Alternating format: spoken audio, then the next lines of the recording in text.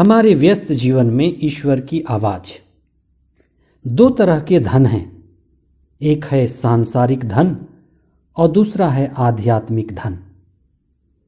आध्यात्मिक धन वह है जो हमें आध्यात्मिकता में ऊपर उठाता है और सांसारिक धन वह है जो हमें नीचे इस धरती पर बांधता है। हमारे हृदय में क्या भरा हुआ है, सांसारिक धन या आध्यात्मिक धन? हमारा हृदय हमारे जीवन का केंद्र बिंदु है। उसमें आज तक हमने क्या रखा है? हम जिस भी चीज को अति मूल्यवान व कीमती मानते हैं, हमारा हृदय उसी चीज से चुंबक की तरह चिपक जाता है। इसलिए जिसने संसार को चुना, संसार को फोकस किया, सांसारिक बनकर बैठा है, और जो आध्यात्मिक को फोकस किया वह आध्यात्मिकता में ऊपर उठ रहा है। 11वां सामान्य सप्ताह 18 जून 2021 शुक्रवार। पहला पाठ कुरिन्थियों के नाम संत पौलुस का दूसरा पत्र अध्याय 11 पद संख्याएं 18 तथा 21 से 30 तक। संत मत्ती का सुसमाचार अध्याय 6 पद संख्याएं 19 से 23 तक। अगर एक व्यक्ति अपने जीवन में धन संपत्ति, सांसारिक वस्तुओं को, भौतिक सुख जैसे धन संपत्ति कमाने में, शारीरिक सुख भोगने को ही जीवन का केंद्र बिंदु मान लेता है, तो वह वासना से, तृष्णा से और कामना से बंध जाता है। सांसारिकता और भौतिकता हमें बहुत आकर्षित करती है और उसी आकर्षण से हम सांसारिकता में बंध जाते हैं। तो हम क्या करें कि हम नकली धन और असली धन की पहचान कर सकें? हम क्या करें कि असली धन को चुन सकें और नकली धन को फेंक सकें? हमारे हृदय में आज वही भरा है जिससे हमने मूल्यवान और कीमती समझकर हृदय में इकट्ठा किया है। इसलिए हमारा जीवन हमारे आध्यात्मिक मूल्यों का या भौतिक मूल्यों का चुनाव है। सुसमाचार के मुख्य अंश। पृथ्वी पर अपने लिए पूंजी जमा नहीं करो, जहां मोर्चा लगता है, कीड़े खाते हैं और चोर सेंध लगाकर चुराते हैं। स्वर्ग में अपने लिए पूंजी जमा करो, जहां न तो मोर्चा लगता और न कीड़े खाते और न चोर सेंध लगाकर चुराते हैं, क्योंकि जहां तुम्हारी पूंजी है वहीं तुम्हारा हृदय भी होगा। आंख शरीर का दीपक है।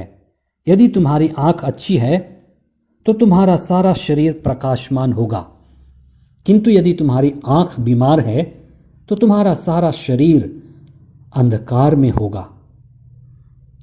हम मनुष्यों के पास दो तरह की आंखें होती हैं, अच्छी आंखें और बुरी आंखें।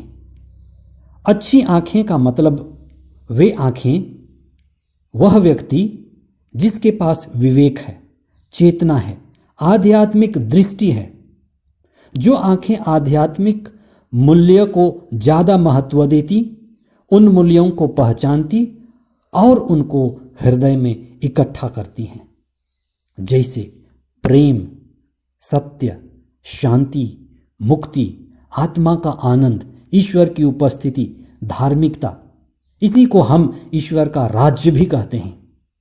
जो इन बातों को महत्व देता है और इनका चुनाव करता है, वह सच्चा धन पाता है और आध्यात्मिकता में ऊपर उठता है। इसलिए हमारा जीवन हमारे आध्यात्मिक और भौतिक मूल्यों का चुनाव है। आप आध्यात्मिक मूल्यों के धनी बने।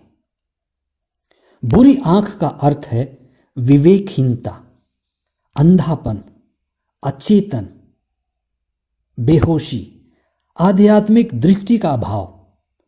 इस शरीर के सुख को और संसार को सत्य मानकर ये हमारे पांचों इंद्रियों के सुख को ही केंद्र मान लेना अंधापन है। इसी को हम नकली धन कहते हैं। इस दुनिया में हम सभी यात्री हैं। आज यहां हैं, कल हमें जाना है, और भौतिक व सांसारिक सुख बहुत जल्दी हमसे छूटने वाली है।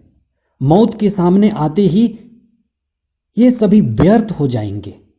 अतः आध्यात्मिकता का अर्थ है आध्यात्मिकता का चुनाव, श्रेष्ठ का चुनाव, उच्च का चुनाव, असली का चुनाव, आध्यात्मिक मूल्यों का चुनाव जो हमारे जीवन को ऊपर उठाते हैं। आप आध्यात्मिक रूप से धनी बने।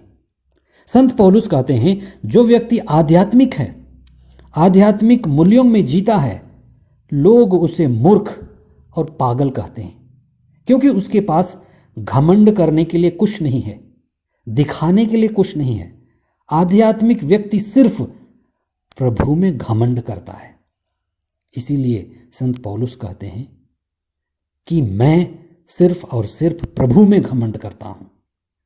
लेकिन आप जाने, वही सच्चा धनी है, वही सच्चा धन पाया हुआ व्यक्ति है। आइए हम विशेष प्रार्थना करें कि हम प्रभु को पाएं, प्रभु में सच्चे धन को पाएं और इस दुनिया से हंसते हंसते गुजर सकें। हे प्रभु, हमें सद्बुद्धि और विवेक प्रदान कर।